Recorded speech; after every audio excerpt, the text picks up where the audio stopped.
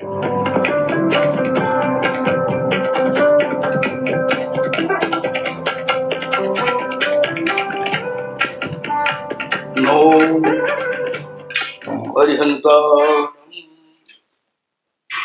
નમો સિદ્ધા નમો આયર્યા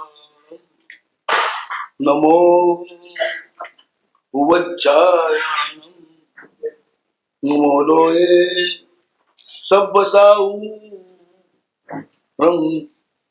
એસો પંચન્મુક્કારો સબ્બભાવપણાસનો મંગલાણમ ચ સભ્યેસી પડમં ભવૈ મંગલ જય જગજીવ જોણી પિયાણવો જગગુરુ જગાણવ જગનાઓ જગબંધુ જય જગપિયા મહુ ભયવં જય સુયાણ પવો સિદ્ધરાણ અવચિમો જય જય ગુરુલોગા જય મપ્પા ઓમ બિંદુ સંયુક્તમ નિત્યમ ધ્યાયન્તિ યોગિનઃ કામદમ મોક્ષદમ ચૈવ ઓમકારાય નમો નમઃ અજ્ઞાનતિમિરાંધનાનાં જ્ઞાનાંજનશલાકયા નેત્રમોન્મીલિतं येन તસ્મૈ શ્રી ગુરવે નમઃ. સ્વચરમ કર્મ કુર્વતી પ્રભુસ્તુલ્ય મનોવૃત્તિ પાર્શ્વનાથ શ્રેયસ્તુ. કલિકાલ કલ્પતરુ પરમ મહિમા સંપન્ન ભગવાન પાર્શ્વનાથ જેમના નામ મંત્રનું સ્મરણ પણ સર્વ વિઘ્નોનો નાશ કરે, એમના ચરિત્રનું સંકીર્તન પણ બધી રીતે મંગલવાળા. તે શંકરોના ચરિત્રનો મહિમા છે. જ્યાંનું ગાન થતું હોય ત્યાં કોઈ અમંગળ પ્રસંગ ના બને, કોઈ વિઘ્ન ના આવે, કોઈ તકલીફ ના આવે. આ બધા કથા કરતા વિશેષ એનો મહિમા છે, એનો પ્રભાવ છે. કલ્પસૂત્ર આપણે સાંભળીએ છીએ, એમાં શું છે બોલો? આખું તીર્થંકર ચરિત્ર છે ને ભગવાન મહાવીરનું.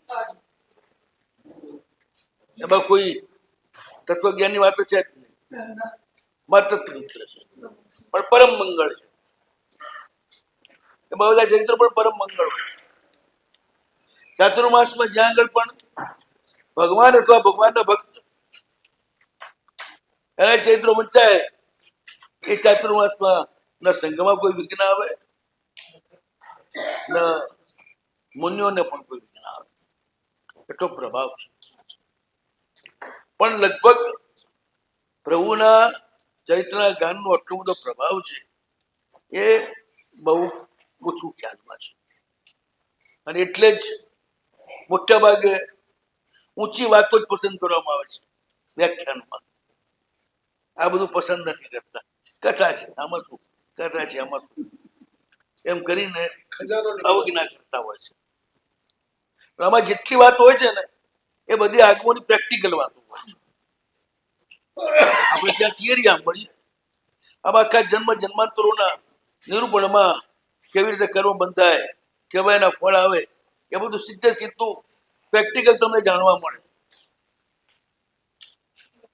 એનાથી ઘણી બધી સમજણ સ્પષ્ટ થઈ જતી હોય છે.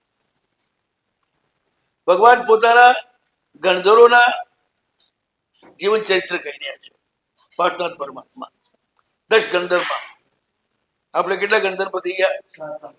7મા ગણધર ચાલે છે. 7મા ગણધર સુરપુર નગરના રાજાના દીકરા વિક્રમસેન. આગલા જીવનમાં 1 નંબર ગુંડા. બાપાએ કાઢી મૂક્યા તો પલ્લીપતિના બિલ્લોલા રાજા થઈને રહ્યા.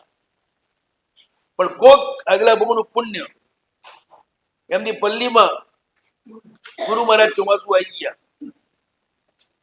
અને એમને કેવળ જ્ઞાન થઈ ગયું એ પલ્લીમાં જ. એના કારણે વિક્રમસેનના જીવનમાં આખો ટર્નિંગ પોઈન્ટ આવ્યો. સત્સંગ છે ને ગુરુનો, એક ઘડી આધી ઘડી આધી જમી યાદ, તુલસી સંગત સાધ કી કઠઈ કોટી અપરાધ. સત્સંગથી ગમે તો પાપી હોય ને એ રસ્તે આવી જાય. ઉપદેશથી ના આવે, સત્સંગથી આવે. સત્સંગનો બહુ મોટો મહિમા છે આપણે ત્યાં હિન્દુ સંસ્કૃતિમાં, આર્ય સંસ્કૃતિમાં સત્સંગને સૌથી વધુ મહત્વ આપ્યું છે. તો મારો ઠેકાણ આવી ગયો, બાપે ખાડી જ મૂક્યો તો નહીં, બાપે પાછું બોલાયો, રાજવરુ હાડી દીધો. અને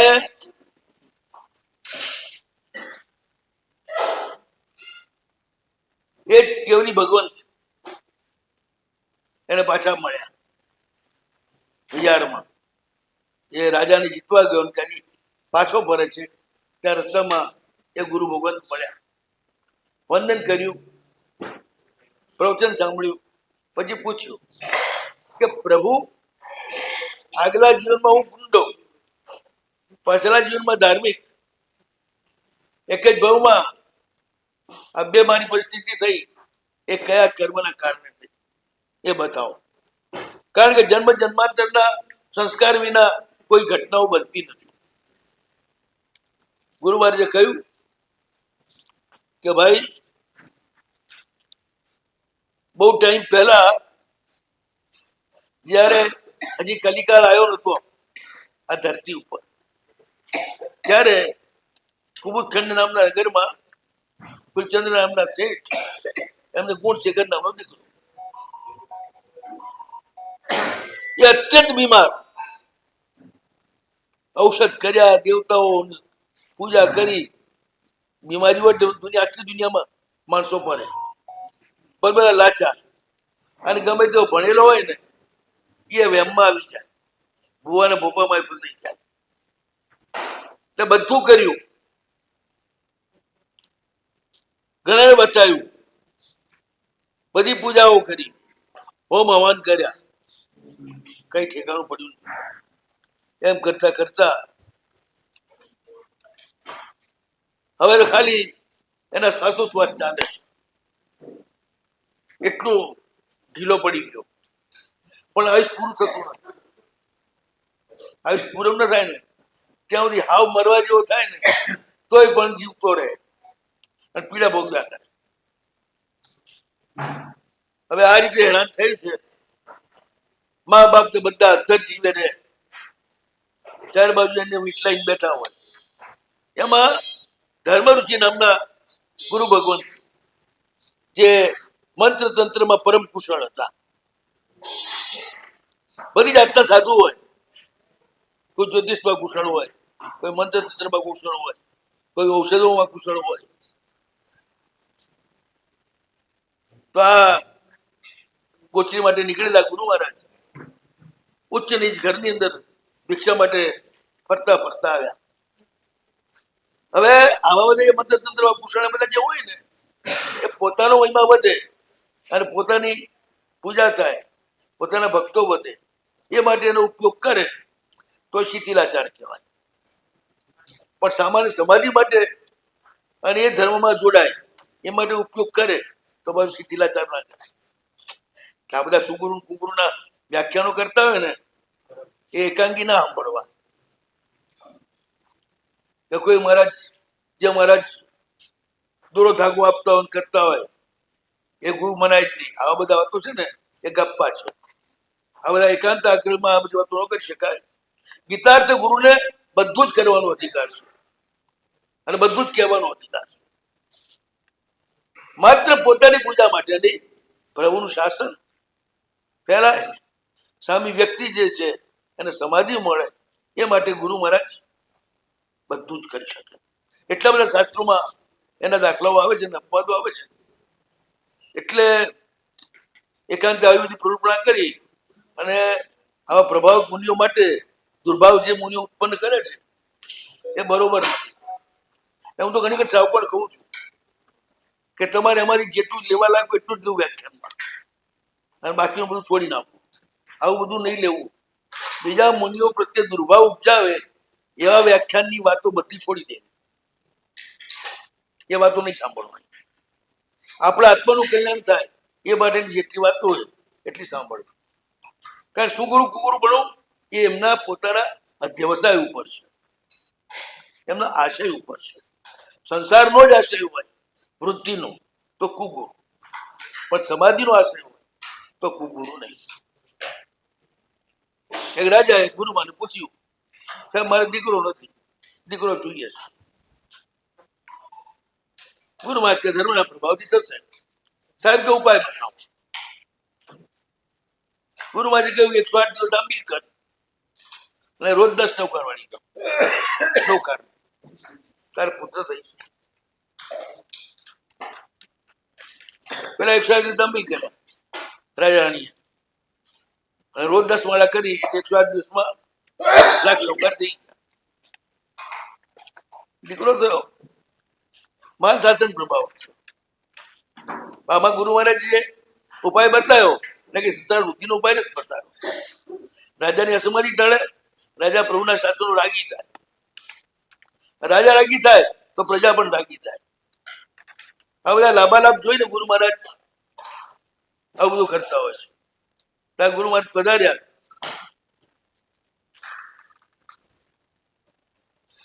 હવે જે સાધક સાધુ હોય ને એમની આકૃતિ ઉપરથી જ ખબર પડી જાય હોશિયાર માણસને કે આમાં કંઈક દમ છે. મારા જાણકાર લાગે છે. એ પેલા એ પરિવાર સાથે મારાના પગમાં પડ્યો અને કહ્યું, પ્રભુ મહેરબાની કરો અને આ બાળકને નિરોગી કરો.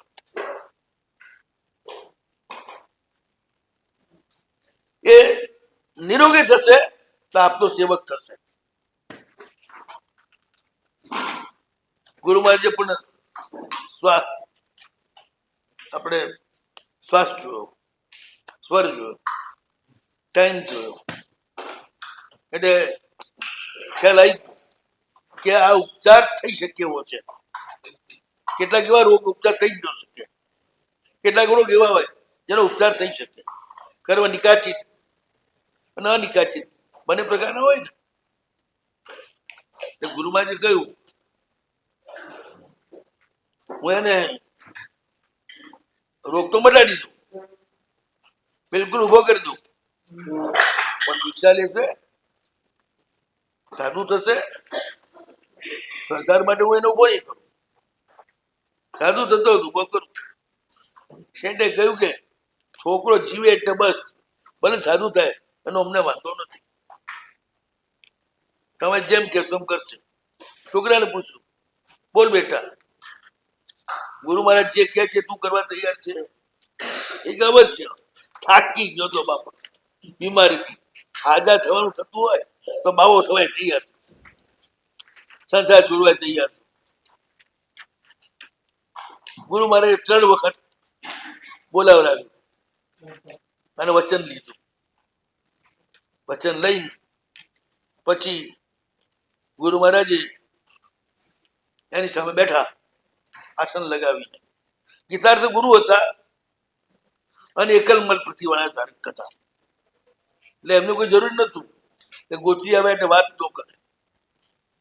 આ મુનિ માટે નિયમ છે ગુરુકુળવાસમાં જે રહેતો હોય મુનિ. ગોત્રી જાય તો માત્ર ગોત્રી ઉપર જ ધ્યાન આપે. વાત કરવાનું કોઈ કે પૂછે કઈ દે ઉપાશ્રમ આવશે ગુરુ મહારાજ પાસે, ત્યાં વાત કરશે. પણ ગીતાર્થ મુનિઓ તો જ્યાં આગળ લાભાલાભનું કારણ જુએ ત્યાં જે કરવું કરી શકે. તે પોતે આસન લગાવીને બેસી ગયા. એની સામે અહીં આગળ ધ્યાન કેન્દ્રિત કર્યું અને પછી પરમાક્ષર એટલે અરહમ એનું સ્મરણ કર્યું. જેવું એમને સ્મરણ કર્યું, પેલાની સામે એને જે જન્મથી જંતરી વળગેડી હતી એ રાડ નાખીને ભાગી, તરત સ્વસ્થ થઈ ગયો. અત્યારે એને ખાવું ભાવતું જ નતું. કોઈ ખાવાનું લાવે તો ના પડે, નથી ખાવું, પણ સ્વસ્થ થઈ ગયો. પપ્પાને કોઈ ભૂખ લાગી છે, પપ્પા ખાવું લાવો, તરત ભોજન લાવ્યો, ભોજન ખાધું. હવે ગુરુ મહારાજ એને દીક્ષા આપવા માટે પેલા તૈયાર તો કરવો પડે ને, એટલે 1 મહિનો ત્યાં ઠહેર્યા. 1 મહિના સુધી રોજ છોકરો ગુરુ મહારાજ પાસે જાય, દિવસે પરિચિત થાય, શીખે, ભણે. મહિનામાં તૈયાર કર્યો. રાતે ઘરે જ ઉતર્યો, કારણ સાધુ રાતે ગ્રસ્તને પોતાના ઉપાસમાં રાખે નહીં. રાતે ઘરે જવાનું, દાડે રહેવાનું ગુરુ મહારાજ પાસે. તૈયાર થઈ ગયો મહિને, એટલે દીક્ષા આપી દીધી. ચેલા લઈને ઉપડ્યા વિહારમાં. હવે એકદમ સ્વસ્થ થઈ ગયો છે. ધીરે ધીરે મજબૂત થતો ગયો, બળવાન થતો ગયો. દીક્ષા તો શીરા માટે સાવક થયા જેવી વાત છે. સાજા થવા માટે એને દીક્ષા દીધી. એટલે હજી સાધુપણામાં મન નથી એમ. એટલે કાલે કાલમ સુમારી નથી કરતો. પડ્યા ટાઈમે પડ્યા ના કરે, સ્વાધ્યાય ટાઈમે સ્વાધ્યાય ન કરે. આ બધી ઢીલાસ આવી ગઈ. ન વાંચના લેવા જાય ગુરુ મહારાજ પાસે, ન ગુરુ મહારાજ પાસે બેસે, ન મુપત્તિ રાખે. ગુરુ મહારાજ શીખવાડે તો ધ્યાન ના આપે. આમ ગુરુ મહારાજ થી પ્રતિકૂળ થઈને વર્તવા માંડ્યો. ગુરુ મહારાજે કહ્યું, પેલા મૂર્ખ, યાદ નથી આવતી તારી બીમારી? કેવો બીમાર હતો, હાલી શકતો નતો, હાથે ઊંચો કરી શકતો નતો. મેં તને સાજો કર્યો, તને શરણમાં લીધો, અને ધર્મના પ્રભાવથી આટલો તું સાજો વધારે થઈ ગયો. જો તું આ ધર્મને સાચવીશ નહીં તો હતી એની સ્થિતિમાં તું જતો રહેશે પાછો. ભલો થા, જે જન્મ મળ્યો છે એનો એળે ના ગુમાડ. નાનકડો જન્મ છે. આ એક નાનકડો જન્મ તું તો સારી રીતે આ પાલન કરીશ સાધુપણાનું, તો અનંત જન્મોના તારા દુઃખ દૂર થઈ જશે. આ કષ્ટે કષ્ટ નથી.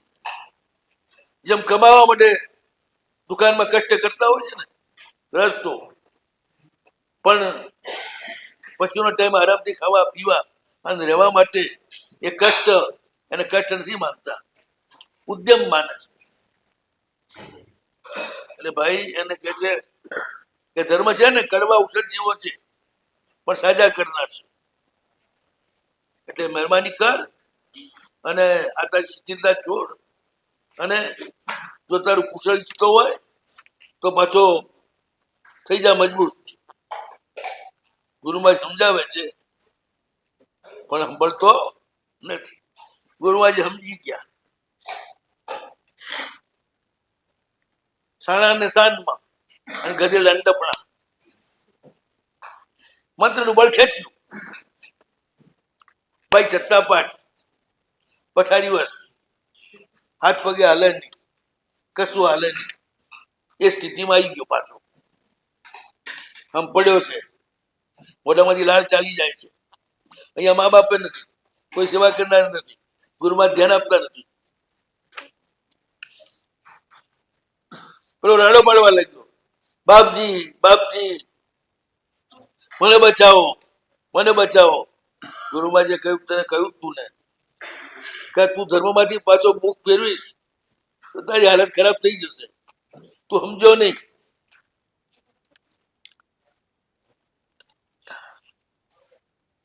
એનું આ પરિણામ છે.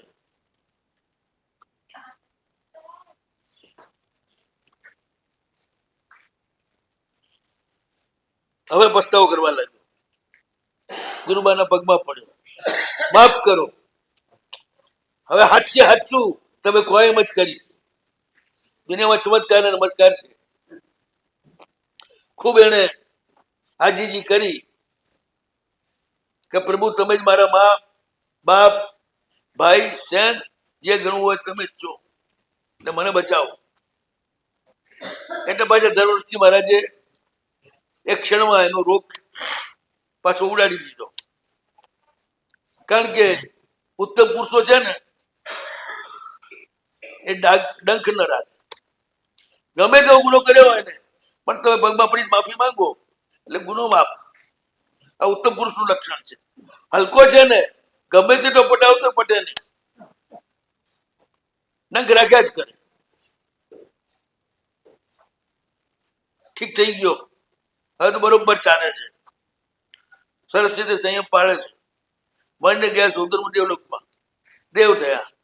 ત્યાંથી પાછા છેવ્યા પૈતાડ્ય પર્વત ઉપર ભોગપુર નગરમાં રામ નામનો વિદ્યાધર એનો દીકરો પવન વેગ નામનો વિદ્યાધર થયો. આગલા ભાવમાં જે સાજો થયા પછી બહુ ભાવથી સંયમ પાડેલું ને એટલે પાછું એને સર્વવીરથી લેવાનો ભાવ થઈ ગયો. આગલા ભાવમાં જે સરસ રીતે સંયમ પાડેલું હોય એ બીજા ભાવની અંદર નાની ઉંમરથી જ એને સાધુ ગમે અને દીક્ષા લેવાના ભાવ થઈ જાય. દીક્ષા લીધી હોય પણ ગુરુનું કયું ના કર્યું, સ્વચ્છંદી હોય અને આવો એવી જ ભાવમાં એવી જ રીતે મરી જાય તો બીજા ભાવની અંદર સાધુને દેખે રોવા બે. તમે મારાની બાય લઈ જાઓ એટલે ભેગડા જ તાણે કંટાળીને તમારે ઉપાડી લઈ જવો પડે. આગલા ભાવમાં જે ગુરુ દ્રોહ કર્યો હોય એના કારણે બીજા ભાવમાં ગુરુ ગમે જ નહીં. આ બધા જન્મ જન્માંતરના સંસ્કારો જ કામ કરે છે. તો એને ઈચ્છા થઈ ગઈ ખબર દીક્ષા જ લેવી છે. લોકો કે છે ભાઈ હવે મોટો થયો ક્યાં સુધી ઢાંડો રહીશ વાંડો, હવે પૈણી જા. વિચાર કરે છે શું કરું શું ના કરું, શું કરું શું ના કરું. મન કે છે દીક્ષા લે, લોકો કે છે પૈણી જા. હવે કરવું એટલામાં એક માણસ ત્યાં આવ્યો માથું ધૂણાવતો. કેવો સંસાર વિચિત્ર છે. પવન વૈગે પૂછ્યું શું વાત છે? અરે કે એક ભાઈ હતા ને મરદાની એમ રસ્તા પડેલા હતા અને એમને ઉપાડી ગયા બસાડમાં બાળવા, પણ ત્યાં આગળ ઠંડી હવા લાગી એટલે ભાઈ બેઠા થઈ ગયા, હોશમાં આવી ગયા. આવું થયું કે એમની ઘરવાળી જ એમને ફેંકી દીધા હતા મારી મારી, પણ એ પાછો બચી ગયો બિચારો. લોકોએ પૂછ્યું કે શું વાત છે, આવી હાલત તો કોને કરી? અરે કે હું આજ નગરનો સુંદર નામનો વાણિયો છું. મારે ખાનદાન કુળની વસુંધરી નામની છોકરી hatte મારું લગ્ન થયેલું. એ બહારથી તો મારા માટે એવી મરી પડે કે ના પૂછો વાત. મને જોઈને અડધી અડધી થઈ જાય પણ અંદરથી હારું બહુ ગરબડ. નમન નમન મેં ફેરે બહુ નમે નાદાન, દગલબાજ દૂના નમે ચિત્તા ચોર કમાન. ચિત્તો છે ને જ્યારે છલાંગ મારવાની શિકાર ઉપર રાખવો આમ નમી જાય અને પછી રાગ દેતું ને છલાંગ લગાવી પેલા ઉપર પડે. આપણે સમજીએ કે નમે છે શિકાર કરો ને હાથમાં હોય. એટલે હું ઓળખું નહીં અને એવો એ તો એવી પતિવ્રતા કે ના પૂછો વાત. મને તો એમ મારી ઘરવાળી જેવી તો સતી કોઈ છે જ નહીં આ દુનિયામાં. બધું ઘરનું માલ પાણી એને આપી દીધા. હું મારા ધંધામાં રહું. એક દાડો મારા બાલચંદ્ર નામના દોસ્તે મને કહ્યું કે તારી વહુ પર તું બહુ વિશ્વાસ કરે છે ને કુદર તું માર ખાઈ ગઈ, એ હારી નથી. હંમેશા સુશીલ સ્ત્રી છે ને એ સરળ હોય, એ બહુ દેખાવ ન કરે, બહુ લટપટ ના કરે. બહુ લટપટ કરતી હોય ને તો સમજી લેવું કે ગરબડ છે, તમને ધોકો આપવા માટેનું. વધારે પડતી લટપટ કરતી હોય, બહુ પ્રેમ દેખાડતી હોય તો જરા સાવધ રહેવું એનાથી. જેમ સાપણ હોય ને નાગર કેવી સુવાળી હોય, પણ ડંખે તો મારી નાખે. એમાં આ બધા જે છે ને આમ સુવાળા હોય એકદમ આપણને, પણ પછી ખતરનાક નીકળે. તો કે આવી ઉત્તમ કુળની જામ છે તેમ છે, શેની આવી હોતી હશે? તું ખોટો મને અહીંયા આગળ કાન ભેળવવા આવ્યો છું, અમારે બેની વચ્ચે ઝઘડો કરવા આવ્યો છું. એના બાદ ચંદ્ર ચૂપ થઈ ગયો. પણ મને સાંભળ્યા પછી મનમાં થોડો વ્યામ પડી ગયો. એટલે થોડાક દિવસ પછી મેં મારી ઘરવાળીને કહ્યું થોડું કામ પડ્યું છે, એટલે અઠવાડિયા માટે હું બહારગામ જઉં છું, તું ઘર સંભાળીને રહે છે. હું તો નીકળી ગયો ઘરમાં, બાજુના ગામમાં જઈને ઠેર્યો 2-3 દિવસ, અને પછી ત્રીજા દિવસે સાંજે વેશ પરિવર્તન કરી અને કાપડીનું રૂપ લીધું. કાપડી પણ એક જાત થાય છે આપણે ત્યાં, જે લોકો પ્રવાસી જ હોય છે. અને આવ્યો ઘરે. બાબા કે ગરીબ માણસ છું, મને કોઈ રહેવા આપો ને. તેને કહ્યું કે આ મોટું ઘર છે, પડ્યો રે એક બાજુ. હું તો જઈને હોઈ ગયો અંધારામાં, ખૂણામાં. રાત પડીને એક પ્રહર ગયો, મારો પાડોશી મારા ઘરમાં આવ્યો, અને મારા પાડોશી સાથે મારી ઘરવાળીએ દુરાચાર સેવ્યો. મારી નજરે બધું મેં જોયું, ખાતરી થઈ ગઈ. મારા દોસ્તે કહ્યું તો સાચી વાત છે, આનું આ બધું નાટક જ છે, હકીકત જુદી છે. આને અનેક પુરુષ સાથે સંબંધ કરવાનો શોખ અને વ્યસન છે. લગ્ન તો કર્યું, એક ઘરે રહેવું પડે છે, પણ મૂળ એનો શોખ આ છે. દરેકને અલગ અલગ જન્મ જન્માંતરના સંસ્કારના કારણે અલગ અલગ સ્વભાવ હોય છે. હવે મેં જોયું હવે શું કરવાનું. જવું, બેને કૂટું, કાઢી મૂકવું, ત્યાં તો રાત પૂરી થવાય. અને 2 જણા પડ્યા છે હજી ત્યાં. હું તો ચૂપચાપ પડ્યો હતો, પણ જે પેલો એનો આવ્યો હતો ને યાર, એને પડ્યો ભેમ કે ક્યાંક ઘર ધણી તો વેચ પલટો કરીને નથી આવ્યો ને. એટલે એને પૂછ્યું કે કોણ છે? તો કાપડી છે. કે તારા ધણીએ મોકલેલો ના હોય, અથવા તારો ધણી જ ના હોય ક્યાંક. હાલજે, બરોબર જોઈએ કોણ છે. તો આવ્યો મારી પાસે. હું તો હોઈ ગયો ખોટું ખોટું, પણ એ ઓળખી ગયો કે આ તો સુંદર જ છે. એને કહ્યું વસંતપુરીને કે તારો ધણી જ છે. એને શંકા પડી. એ આવી મારી બાજુમાં.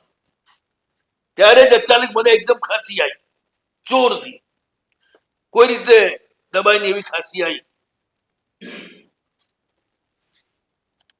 આમાંથી ઓળખી ગઈ કે તો મારો ધણી જ મુવો છે, બીજું કોઈ નથી. ચટ પાછી વળી. પેલા પૂછ્યું શું છે? શું થયું? તારણ મારા બેના દાડા ફર્યા કે મારો ધણી જ આપણું બધું જોવાયો છે, શું કરવું? કરવાનું શું કે પતાઈ નાખે ને, બીજું કઈ કરવું નથી. પેલો કે જો એને કટારથી કે તલવારથી કાપીએ તો લોહી વે, અને લોહીના ડાઘ કઈ જલ્દી જાય નહીં. અને કાચી માટીના ઘર એટલે કે એમાં તો મજા નહીં. એમાં તો આપણે આમાં તકલીફમાં મૂકી જઈએ. તો શું કરશું? કઈ કરવું નથી. એને પછાડી છાતી ઉપર ચડી બેસી ગળું દબાઈ દઈએ. એને શ્વાસોશ્વાસ રોકાઈ જશે, મરી જશે. 2 જણા આયા, પકડ્યો મને. હવે હું થોડો પહોંચી શકું, પડ્યો, પછાડ્યો મને નીચે. ખૂબ પેલા તો કૂટ્યો, જેમ માટીને ગુંદે ને કુંભાર, ખૂબ ગુંદ્યો મને હરકો કરીને. અને પછી અહીં અંગૂઠો દબાયો હૈડિયામાં. પતી ગયું, શ્વાસ લેવાનું બંધ થઈ ગયું. મારો શ્વાસોશ્વાસ બંધ થઈ ગયો, જમીન ઉપર તો હાવ નિસ્ટેજ પડી ગયો. એ લોકો બધું જોયું, નાડી બાડી જોઈ અને શ્વાસોશ્વાસ જોયા તો બધું બંધ હતું. એટલે સમજાય કે મરી ગયો છે. એટલે ઉપાડી રસ્તા ઉપર ઠોકી દીધો.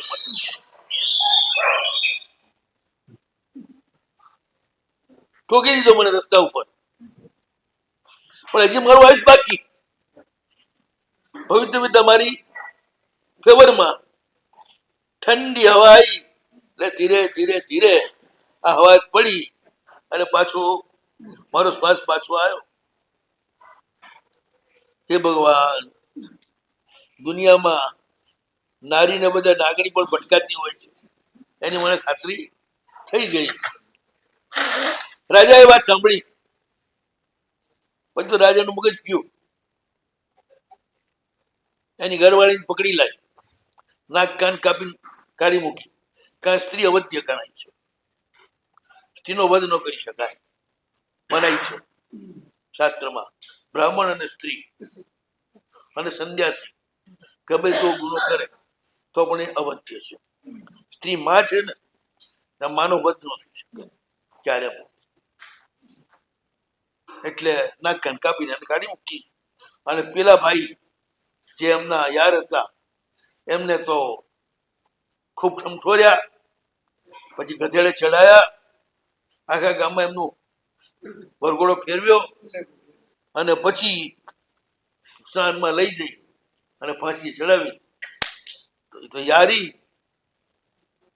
વ્યભિચાર અને ચોરી આ બે ના દંડ એક જ છે ભારતીય દંડ સંહિતામાં, ફાંસી અથવા ચોરી. બીજો દંડ જ નથી. એ મરી ગયો. આ બધી વાત પવન વેગને પેલા કરી કે આવું છે બોલો આ સંસાર. એટલે પવન વેગને થયું, યાર હજી સુધી પરિણ્યો નથી એ ઠીક છે, હજી સુધી પરિણ્યો નથી ને એ ઠીક છે. કારણ કે ધન્ય તે છે જે વિષયના વ્યાસંગમાં આસંગમાં જે પડ્યા જ નથી. મારે હવે નથી જોઈતી કરવાની. મહાનથની એક વાત મારે કરવાનો પરિગ્રહ કરવો નથી.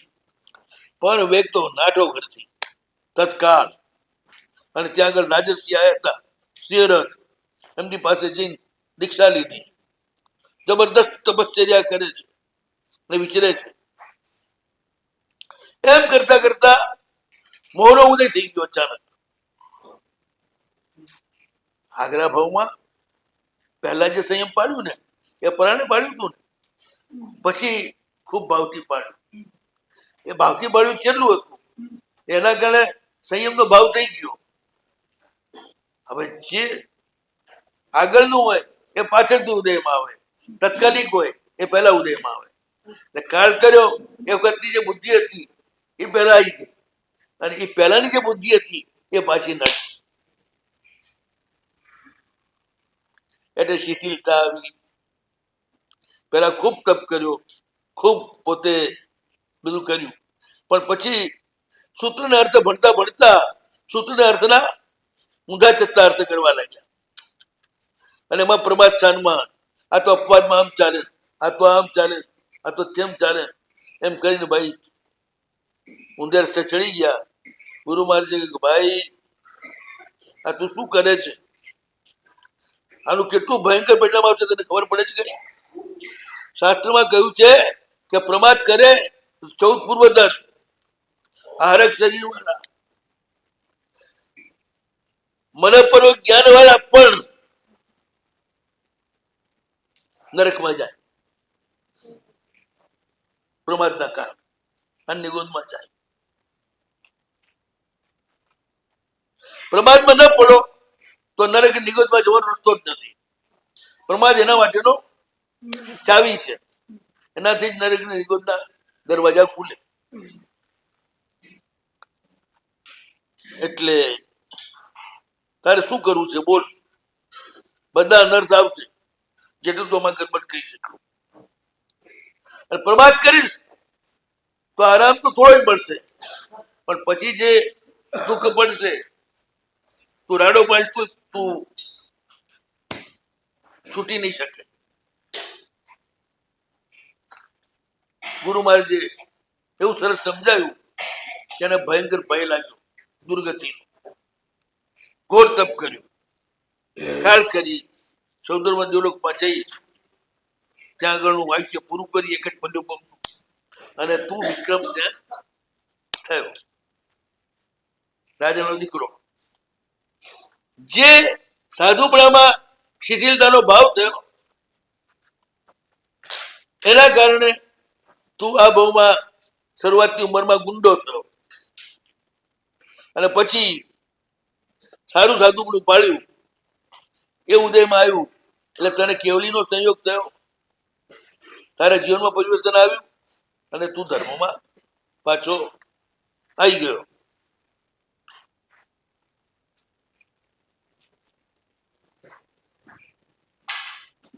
જેમ તો આ રીતે વિક્રમસેન તે જે પૂછ્યું એનો મેં તને જવાબ આપ્યો. યુવરાજે આ બધું સાંભળ્યું અને પછી તરત જ જાતિ સ્મરણ થયું, યાદ આવ્યું, સાચી વાત છે, ધર્મમાં ગડબડ હોય છે. આવી જો તમને સમજાવું, ઘણા અપડાઉન ચાલ્યા જ કરતું હોય છે ને, 2 વર્ષ કમાય ને ત્રીજા વર્ષે જે ફટકો પડે બહાર ઠેકાણે ભેગા. એનું કારણ બીજું કઈ નથી હોતું. જે ધર્મ કરતો હોય છે એ ખૂબ ઉલ્લાસપૂર્વક કરે, પછી અચાનક મન તૂટી જાય એટલે પડતું મૂકી દે, વળી બાજુ કોઈ પ્રેરણા કરનાર આવે, વળી બાજુ ટાઈટ થાય, વળી બાજુ ધર્મ કરે, વળી બાજુ જીરો પડી જાય અને બાજુ ઓછું કરી નાખે. બહુ ભાવ હોય, સાધુ સાધુને ખૂબ બોલાવે, એમાં પછી અમારી પણ થોડી ભૂલ થાય એટલે પછી પેલા ભાવ ઓછો થાય કે મહાત્માઓ કઈ સમજતા જ નથી, એટલે વરાવાનો ભાવ તૂટી જાય. વળી પાછો એમ થાય કે ના ના આ વરાવાથી જ આપણું કલ્યાણ છે, એટલે વળી પાછો મહિનો 2 મહિના ભાવ તૂટી ગયા, વળી ભાવ શરૂ કરે, વળી પાછો ભાવ તૂટી. બસ આ જે અપડાઉન ભાવનું થાય, બીજા ભાવમાં એ જ રીતે સમૃદ્ધિનું અપડાઉન થાય. એનું ફળ તૂટતો ધર્મ કરે એને તૂટતી સમૃદ્ધિ મળે. ચલો મારે ત્યાં વરવા આવ્યા છે, દૂધની તપેલી છે, દૂધ વરાવવાનું છે, તો 2 રીતે વરાઈ શકે. મારા ત્યાં ઓછું વરે કે વધારે વરે, તપેલી ઉપાડી સીધું અખંડ ધારથી વરાવે, તે અખંડ ધર્મ થાય. ભાઈ ડોયાથી વરાવે, 2, 3, 4 એટલે વરાવે ત્યારે ભાવ જોડાય, ખાલી થાય એટલે ભાવ તૂટે, વળી પાછું વરાવે, વળી તૂટે, ધાર તૂટી ને એટલે બીજા ભાવમાં સુખ આ રીતે જ મળે. 1 વર્ષ સુખ મળે, વળી મહિનો દુઃખી થાય, વળી બાજુ 1 વર્ષ સુખ મળે, વળી બાજુ મહિનો દુઃખી થાય. તમે જેવું કર્યું હોય ને એવું તમને મળે. સીધી સાદી વાત. પણ આપવા માટે વ્યવસ્થા હોય તો એ ચાલે જ નહીં. અખંડ એટલે અખંડ અને ખંડિત એટલે ખંડિત. રોટલીનો તપ્પો ઉપાડી મૂકી દે. અને એક એક આપણને એમ નહીં, કોઈ ગરીબ આવ્યો ને એને ખવડાવે તો પણ, અને દઉં દઉં કરીને આપતી જાય. 2 આપે કે દઉં, 2 આપે કે દઉં દઉં, એ પેલા મંગાવે ને એને બીજા ભાવમાં માંગી માંગીને ધંધો કરવો પડે. અને જે મંગાવે નહીં અને સીધું આપે એને કોઈ ભાઈ માંગવું ના પડે ક્યારે. તમે જેવું કરો એવું જ તમને મળે. સીધી સાદી વાત, તમારા જ કરેલાનું તમને ફળ મળે છે. આ બધું પ્રેક્ટિકલ છે, આ થિયરીની વાતો નથી.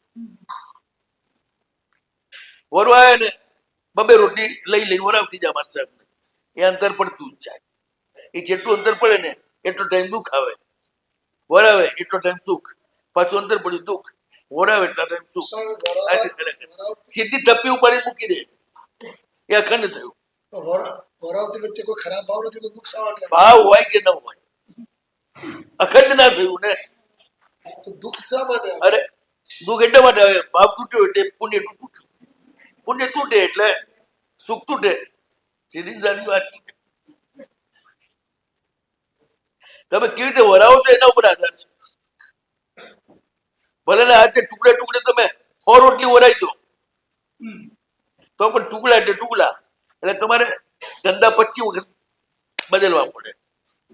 કમાઓ ખરા, પણ એક ધંધામાં કમાયા વળી ડાઉન, વળી બીજો ધંધો કર્યો, વળી કમાયા કું વળી ડાઉન, હવે ચાલ્યા જ કરે. પૂજા કરો છો રોજ અને 4 દાડા વચ્ચે પાડી દો, વળી બાજુ પૂજા કરે છે રોજ, પણ કઈક ગરબડ થાય એટલે 4 દાડા પાડી દે.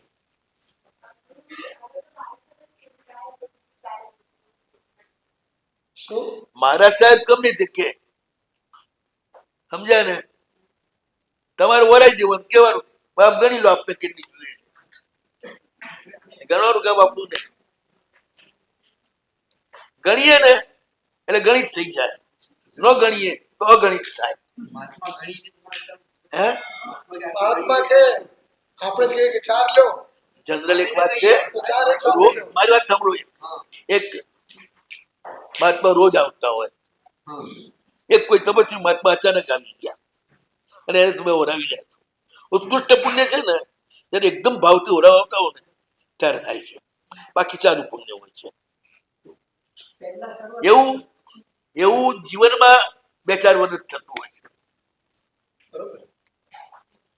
અત્યારે અખંડ હોવું જોઈએ. જેમ સંગમ ને એક જ વાર વરાવું છું ને, એક જ વાર વરે, આખી થાળી ખાલી કરી નાખી, આખી થાળી ખાલી નાખી, રાખ્યું નહીં એને, ચોટેલું રોયું ચોર્યું, પણ એને તો આખી થાળી ખતમ કરીને એક જ ધારે, 2 ધાર નથી, એનું પુણ્ય. એ કેટલી ખીર હતી એની વસ્તુ નથી, કેવી રીતે વરાઈ એના ઉપર છે. આને જે સંયમ લીધું, ભાવ તૂટ્યો, પાછું પાડ્યું, પાછું ભાવ તૂટ્યો, એના કારણે ગુરુમાજી કહ્યું કે તારે આવી રીતે થયું છે. આ વાત સાંભળી ત્યાંથી સ્મરણ થયું, સંવેગમાં આવી ગયો. ગુરુમાને કહ્યું કે આપે કહ્યું એવું જ છે. ખરેખર હું અભાગ્યો છું કે સાધુ મોટા માટે યોગ્ય નથી. મેં આવું બધું કર્યું આગલા ભાવમાં ગુરુની સાથે મિચ્છામી દુક્કડમ આપું છું. હવે મારા ઘરવાસમાંથી લેવું, મને આપ સંયમ આપો. ગુરુમાંથી કહ્યું બહુ સારું. પછી પણ એક વાત છે, તું હવે ઘરે જા, તારા મા બાપની રજા લે. તારા મા બાપની રજા વિના હું તને દીક્ષા નહીં આપું. એ રજા આપશે તો જ આપીશ. રજા લઈ ભગવાન દિનેશ્વરની ખૂબ પૂજા કરી, 28 વગેરે કરી, અને જેટલા ગરીબો હોય એને તારા બાપા જેટલું આપે એટલું વહેંચી અને પછી દીક્ષા લેવાની. દીક્ષા પહેલાના કર્તવ્ય ખ્યાલ આવ્યું ને. એક દેવગુરુની ખૂબ ભક્તિ કરવી એ આગલું કર્તવ્ય, અને દીન અનાથને ખૂબ આપીને આપવું આ બીજું કર્તવ્ય. આ 2 કરવાના. પછી કે તમે દીક્ષા આપો, ઈશ્વરને આપો. બસ આ પૂરો થાય છે 2 મિનિટમાં. હાજી. તો પછી તમે દીક્ષા આપો તો કે તરતથી ગયો ઘરે, ફટાફટ પડ્યો પગમાં. મા બાપને સમજાયા કે જન્મ જન્માંતર જોયા, હવે આ સંસારમાં રહેવાનું મારું મન નથી, મને રજા આપો. ભાઈ જોરદાર અષ્ટાંગિકા મહોત્સવ કર્યો. ગરીબોને બોલાવી બધાના ઘર ભર્યા, પાછું માંગવું ન પડે એવા. અને પછી રાજકુમાર કેવલી ભગવાન પાસે ગયો, સરસ સંયમ લીધું, 5 આચારનું પાલન કરી, સંયમ લક્ષ્મીનું પોષણ કરી, અને આયુષ્ય પૂરું થયું એટલે 11મા દેવલોક અને 10મો દેવલોક આનંદ ને પ્રાણત ત્યાં ઉત્પન્ન થયા. ત્યાં ઘણો લાંબો ટાઈમ સુખ ભોગવી, કાલ કરી, અહીં ભરત ક્ષેત્રમાં, વિદેહ દેશમાં, મિથિલા નગરીમાં નબી રાજર્ષિ એમની યશોદરા નામની પટરાણી એમના દીકરા તરીકે જન્મ્યો, વધામણા થયા. 12 દિવસે વાઈશને નામ આપ્યું. બાળપણું ગયું, ભણી ગણી હોશિયાર થયો, પણ એને ક્યાંય સ્ત્રી ઉપર રાગ નથી, કોઈની ઉપર એને મોહ નથી. બસ એમને ક્યારેક એક જ સંકલ્પ કરે છે કે મને ક્યારે દ્વાદશાંગ ધર સંપૂર્ણ દ્વાસાંગીને દાન કરનાર સાધુ, કર્મથી રહી તેવા કેવળી ભગવંતો, અપરિમિત લબ્ધિવાળા 14 પૂર્વીઓ, આ બધા ક્યારે મને મળશે અને ક્યારે હું એમનો સત્સંગ કરીશ?